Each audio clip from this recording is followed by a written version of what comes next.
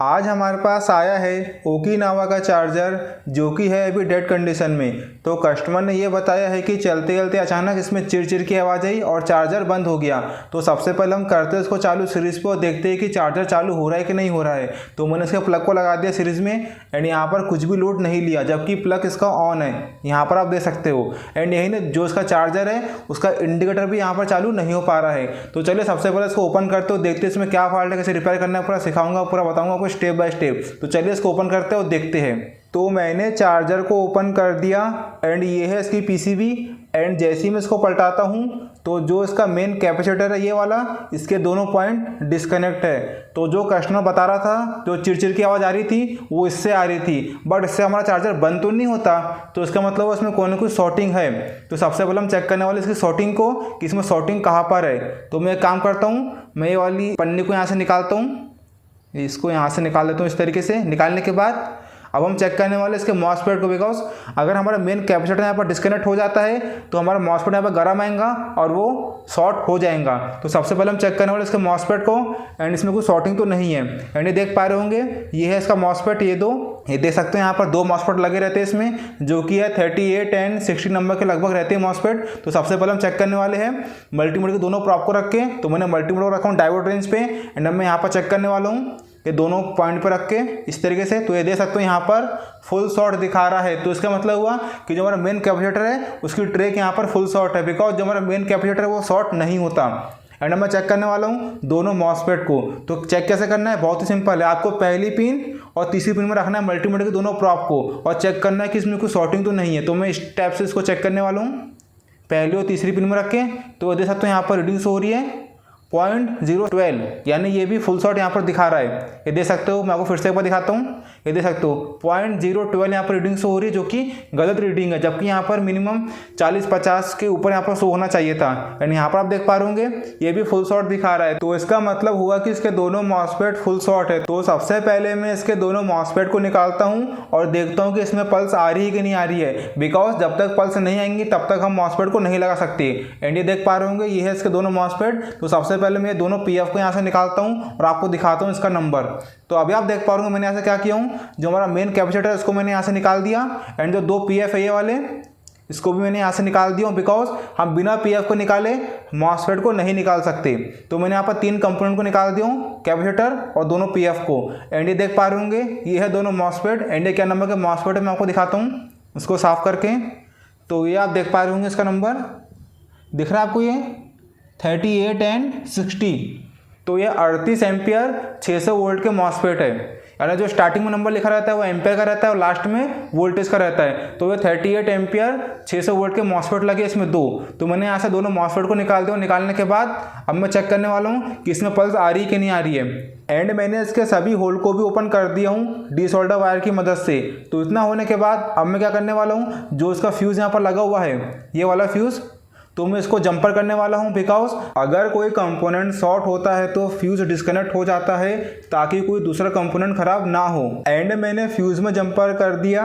ज़्यादा मोटा वायर भी नहीं रखना है और ज़्यादा पतला वायर भी नहीं रखना है। ज़्यादा मोटा इसलिए नहीं रखना है बिकॉज कभी कोई शॉर्टिंग होंगी, जैसे मॉसफेट शॉर्ट हो जाएगा या कोई अदर शॉर्टिंग होंगी, तो आपका फ्यूज अगर डिस्कनेक्ट नहीं हुआ तो क्या होगा, जो आपको दूसरे कंपोनेंट है या एसएमडी टाइप रेजिस्टेंस है, ट्रांजिस्टर, वो भी यहाँ पर खराब हो जाते हैं। तो इतना होने के बाद अब मैं लगाने वाला हूँ मेन कैपेसिटर को। एंड ये देख सकते हो जो इसका नेगेटिव वाला हिस्सा है ये वाला, वो लगने वाला है ये वाइट वाले हिस्से में यहाँ पर।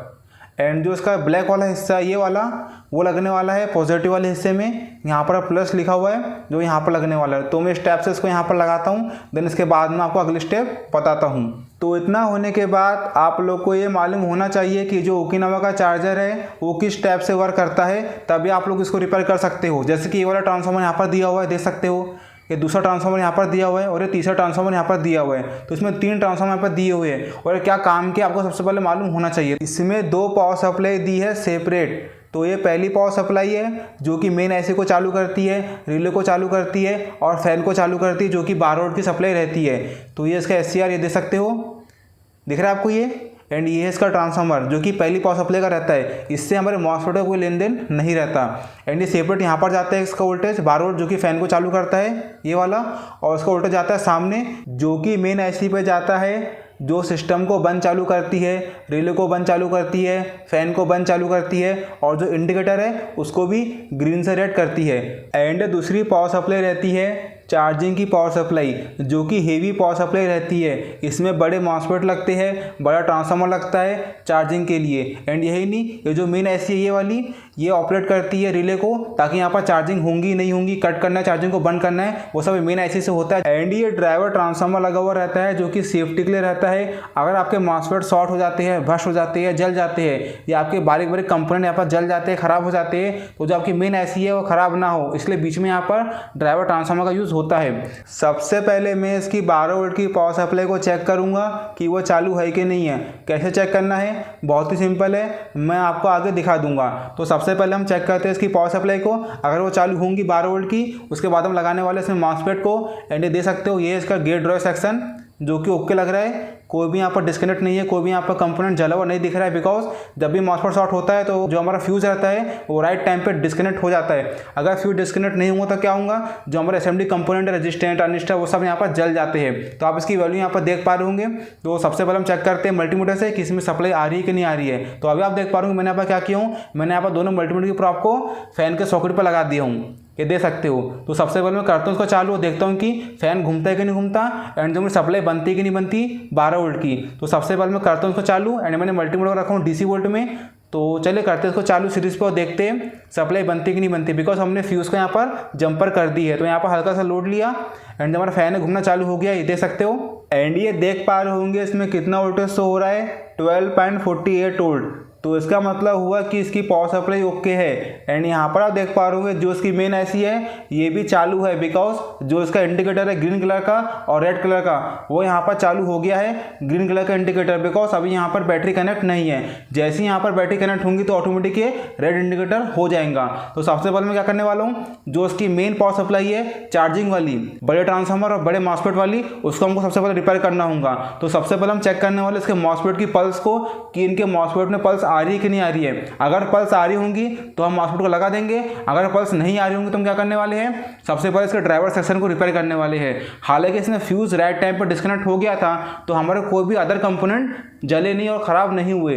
तो मैंने मल्टीमीटर को रखा हूँ DC वोल्ट में, एंड मैं चेक करने वाला हूँ गेट ड्राइव पल्स को। तो सबसे पहले मैं करता हूँ इसको चालू सीरीज पे, तो इसको मैं यहाँ पर लगाता हूँ। तो इसमें हल्का सा लोड लिया एंड अब मैं चेक करने वाला हूँ गेट ड्राइव पल्स को। तो सबसे पहले मैं रखता हूँ मल्टीमीटर के दोनों प्रॉप को पहली और तीसरी पिन में, इस तरीके से। तो यहाँ पर कितना वोल्टेज हो रहा है, 4.7 वोल्ट आ रहा है। एंड मैं प्रॉप को पलटाता हूँ, बिकॉज अभी ये माइनस में हो रहा है। थोड़ी दिक्कत होती है एक हाथ से वीडियो बनाना और एक हाथ से मल्टीमीटर के दोनों प्रॉप को पकड़ना। तो अभी आप देख पा रहे होंगे मैंने यहाँ पर लगा दिया हूँ दोनों प्रॉप को, एंड इसमें कितना वोल्टेज हो रहा है, 4.791। ठीक है ना, आप लोगों को समझ में आ गया होगा। एंड मैं यहाँ पर रखता हूँ मल्टीमीटर के दोनों प्रॉप को ये वाले सेक्शन में। तो यहाँ पर भी सेम टू सेम वही वोल्टेज आना चाहिए। तो यहाँ पर आप देख पा रहे होंगे 4.807। तो 10 पॉइंट यहाँ पर ज़्यादा आ रहा है, बट वो मैटर नहीं करता। जो हमारा वोल्टेज है वो स्टेबल है एंड दोनों सेक्शन में प्रॉपर आ रहा है, तो मैं यहाँ पर मॉसफेट को लगा सकता हूँ। अगर दोनों सेक्शन में पल्स कम ज़्यादा शो होती है तो आप लोगों को सबसे पहले गेट ड्राइव सेक्शन को रिपेयर करना होगा कि उनमें कौन सा रेजिस्टेंस जला हुआ है, कौन सा ट्रांजिस्टर खराब है, आप लोग को चेक करना होगा। तो मैंने आपको पीछे फोटो दिखा दिया हूँ, तो आप उसके अकॉर्डिंग इसको रिपेयर कर सकते हो। बट इसमें पल्स प्रॉपर आ रही है दोनों सेक्शन में, तो मैं इसमें लगाने वाला हूँ मॉसफेट को और आपको दिखाने वाला हूँ इसको चालू करके। एंड यहाँ पर आप देख पा रहे होंगे जो इसका फ्यूज़ है जो कि राइट टाइम पे डिस्कनेक्ट हो गया था, इसी कारण क्या हुआ, जो हमारा गेट ड्राइव सेक्शन है वो जला नहीं और ख़राब नहीं हुआ। जैसे ही मॉसफेट शॉर्ट हुआ तुरंत फ्यूज डिस्कनेक्ट हो गया, तो इससे क्या हुआ, जो हमारे अदर कंपोनेंट है वो ख़राब नहीं होते। तो अभी आप देख पा रहे हो मैंने यहाँ पर चेक किया, जो उसके सभी कंपोनेंट है वो ओके है, कोई भी यहाँ पर शॉर्टिंग नहीं है, कोई भी यहाँ पर कंपोनेंट जला हुआ नहीं है। तो सबसे पहले हम लगाने वाले इसमें मॉसफेट को और आपको दिखाने वाले इसको चालू करके। एंड ये देख सकते हो ये है इसके निकले हुए मॉसफेट। एंड ये क्या नंबर के मॉसफेट है, 38N60, यानी ये 38 एम्पियर 600 वोल्ट के मॉसफेट है। एंड ये है हमारे न्यू वाले मॉसफेट जिसको मैं लगाने वाला हूँ। एंड ये क्या नंबर का मॉसफेट है आप देख सकते हो, 40N60, यानी ये 40 एम्पियर 600 वोल्ट के मॉसफेट है, यानी इससे 2 एम्पियर ज़्यादा हेवी मॉसफेट है ये वाले। तो मैं दोनों मॉसफेट को लगाने वाला हूँ और आपको दिखाने वाला हूँ इसको चालू करके। बट उससे पहले मैं लगाता हूँ दोनों मॉसफेट में हीट सिंक पेस्ट को। तो मैं इसको पलटाता हूँ एंड मैं यूज़ करने वाला हूँ इलेक्ट्रो प्लस कंपनी का हीट सिंक पेस्ट। तो मैं दोनों मॉसफेट में लगाता हूँ इस तरीके से, आप देख सकते हो। एंड इतना होने के बाद अब मैं दोनों मॉसफेट को लगाने वाला हूँ पीसीबी में और आपको दिखाता हूँ इसको चालू करके।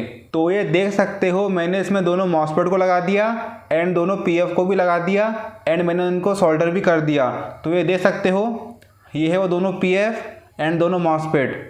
तो इतना होने के बाद ये देख सकते हो ये है इसका पुराने वाले मॉसफेट, इसको मैंने निकाल दिया हूँ एंड अब मैं करने वाला हूँ इसको चालू और देखने वाला हूँ कि जो हमारी सप्लाई है बनती कि नहीं बनती एंड आउटपुट है वो प्रॉपर आ रहा है कि नहीं आ रहा है। सबसे पहले हम करते इसको चालू और देखते हैं।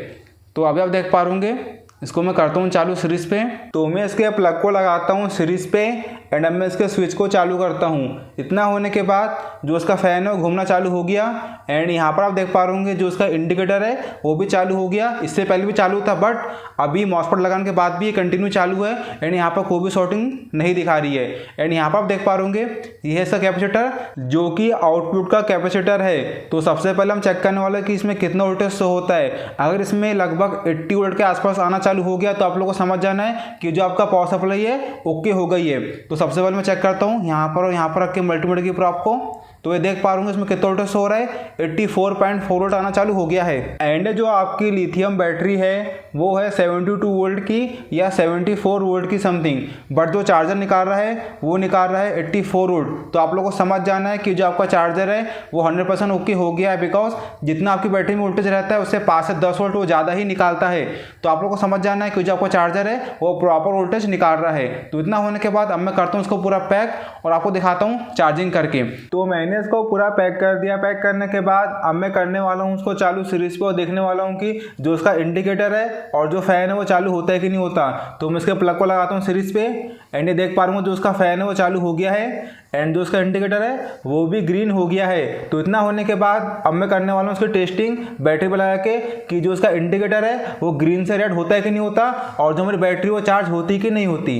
तो मैंने चार्जर को गाड़ी के पास में लेके आ गया हूँ एंड अब मैं करने वाला हूँ इसको चालू सीरीज में और हम देखते हैं कि जो सीरीज का लाइट है वो ग्लो होता है कि नहीं होता चार्जिंग चालू होने के बाद। तो अभी यहाँ पर हल्का सा लोड लिया सीरीज में और कुछ सेकंड के बाद जैसे रिले ट्रिप होगा वैसे यहाँ पर लोड आना चालू हो जाएगा सीरीज में। अभी आप देख पा रहे जो सीरीज का लाइट है वो ग्लो हो गया है। तो इसका मतलब हुआ कि जो उसकी चार्जिंग वो चालू हो गई है। तो अब मैं इसको लगाता हूँ डायरेक्ट और देखता हूँ कि जो उसका चार्जिंग का इंडिकेटर है वो रेड होता है कि नहीं होता। तो इसको मैं यहाँ पर लगाता हूँ डायरेक्ट। इस तरीके से लगाने के बाद ये आप देख सकते हो इसका चार्जर को जो उसका इंडिकेटर है वो रेड हो गया है। तो इसका मतलब हुआ कि जो हमारी चार्जिंग वो चालू हो गई है एंड जो उसका फ़ैन है वो भी घूमना चालू हो गया है। तो एक काम करता हूँ मैं इसको यहाँ से निकालता हूँ एंड अभी आप देख पा रहे इसका इंडिकेटर ग्रीन हो गया। देन वापस लगाता हूँ इस तरीके से ये वापस रेड हो गया। तो आप लोगों को समझ में आ गया होगा कि आप कैसे इस टाइप के चार्जर को रिपेयर कर सकते हो।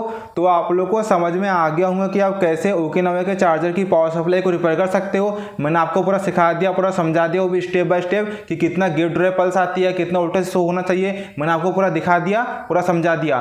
तो बस आज वीडियो में इतने बताना था। तो वीडियो पसंद है तो वीडियो को लाइक कर देना, डू सब्सक्राइब माय चैनल ताकि मैं ऐसी वीडियो करूँगा। सो गाइस मिलते हैं अगली वीडियो में।